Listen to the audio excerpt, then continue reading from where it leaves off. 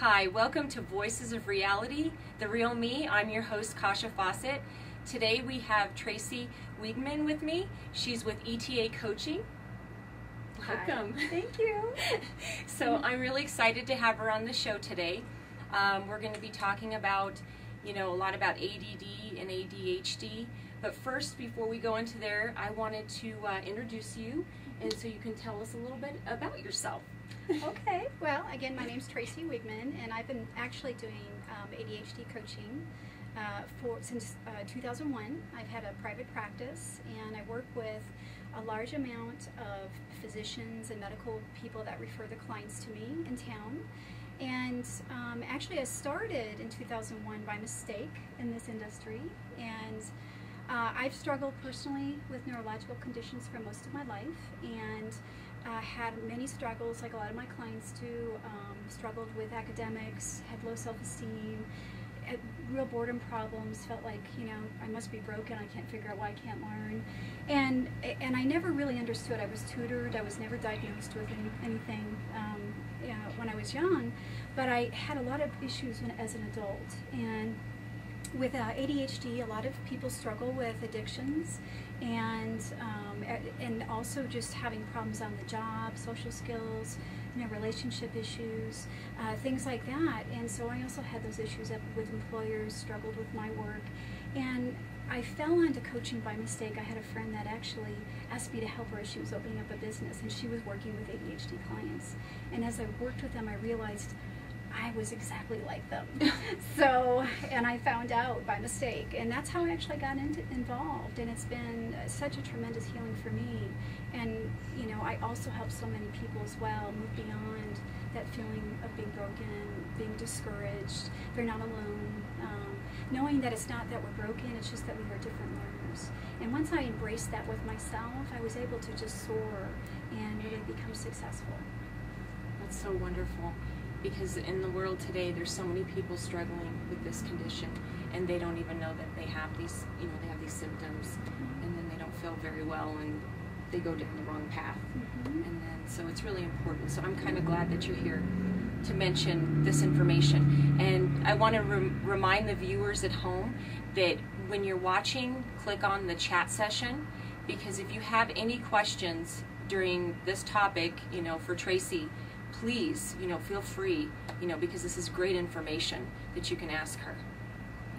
So I also, on your website, you were in telecom and... Yes, yeah. Yeah, I've been in telecommunications for 25 years. And many of us, unfortunately, straddle maybe a different industry until they find out what their true passion is, which is what had happened for me. And so I had my side business for quite a few years, and then had the luck of being able to jump in full time. And and I was not a creative. I'm a very creative person, and telecommunications is not one of those industries for creative people. So, it was just not a good fit for me. So, and a lot of my clients, I know when they're not in that right place where they're really utilizing their strengths, they're not real good at being great employees. So, and I can totally vouch for that myself. I was not the best. So you feel, because I'm sure you felt like you weren't really helping people at that point. Now you're able to really reach people, from a different level, from a soul level, from a mental. You name it. I think that's really cool that you're able to do that. Finally find your passion and go with it. Well, and that's the biggest struggle for a lot of my clients is they don't know what their strengths are, and they don't know how to channel some of that energy. They get stuck. Usually I work with people in crisis, so by the time they get to me, they're in pain, they're in academic suspension, they're fired, they're getting fired. So what I do is I help them understand what their strengths are, their natural strengths, what's getting in the way. There's a lot of things that get in our way. A lot of our thinking, a lot of students have problems with, or not students, rather clients have problems with perfectionism and what they call hyperfocus and rumination and cognitive overwhelm. There's a lot of things that really get in the way. And so once we can work with it, it's amazing how they just take off. It's something that's very doable. That's really wonderful. I have a question though. So what is the difference between ADD and ADHD? I know that a lot of people mix up the actual two, Well, meanings? ADD, the clinical term for attention deficit disorder is now ADHD. It's just all under one name. But ADD, ADHD, they used to separate them. And ADD is actually attention deficit without the hyperactivity. Okay. So generally, and for the most part, generally, men and boys have the hyperactivity part. There's a pretty small percentile of women that do. So the ADD, again, is without the hyperactivity. And it's usually, again, like I said, more younger kids. And you just find, you know, even with men, they just can't stop moving. They're just constantly moving their legs. They have to walk around. They're you know, their heads are just going. That's the hyperactivity part. Mm-hmm.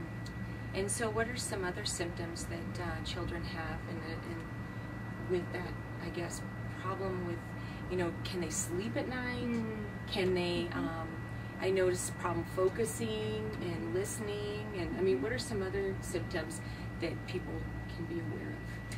Well, a lot of the symptoms with ADD can be with, for one, a main symptom is low self-esteem. There's a lot of pain around ADD, and it is a real clinical diagnosis. Also academic problems, a lot of problems with being able to learn. Again, hyperactivity can happen in the classroom, and addictions can also be. A lot of ADHD adults and children are very much at risk. Mm-hmm. So of anesthetizing and crossing that line into anesthetizing some of the symptoms, or, you know, trying to reduce some of the symptoms as well.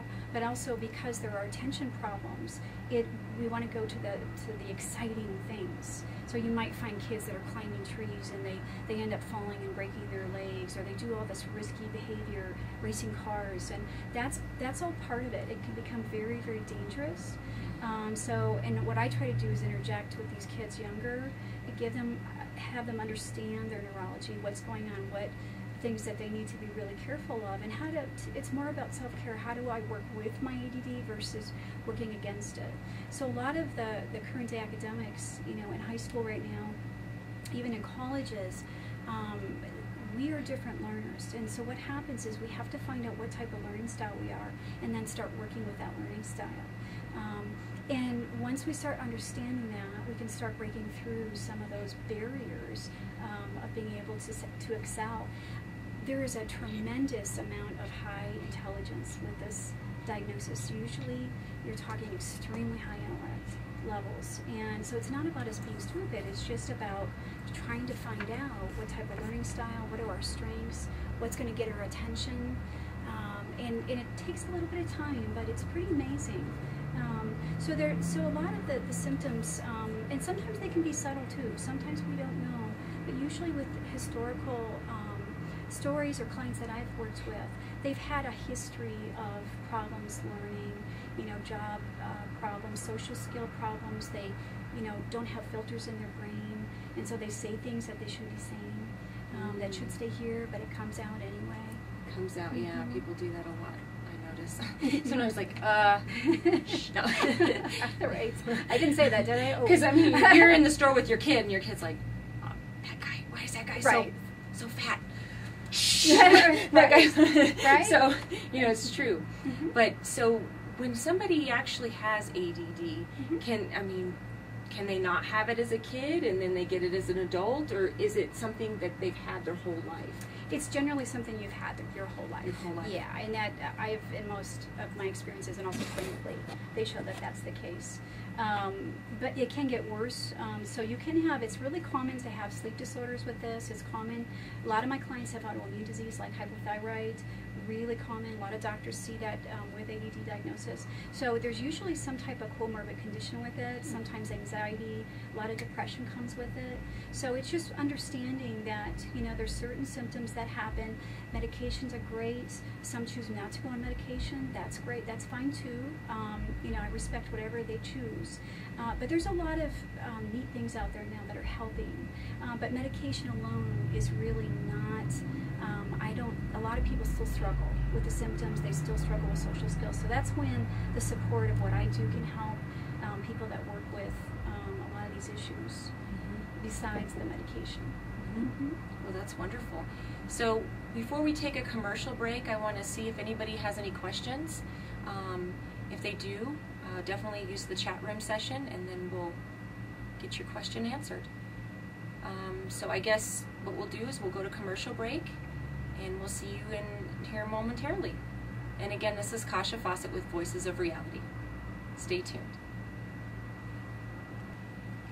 Hi, welcome back to Voices of Reality. I'm your host, Kasha Fawcett, and again, I'm here talking with Tracy.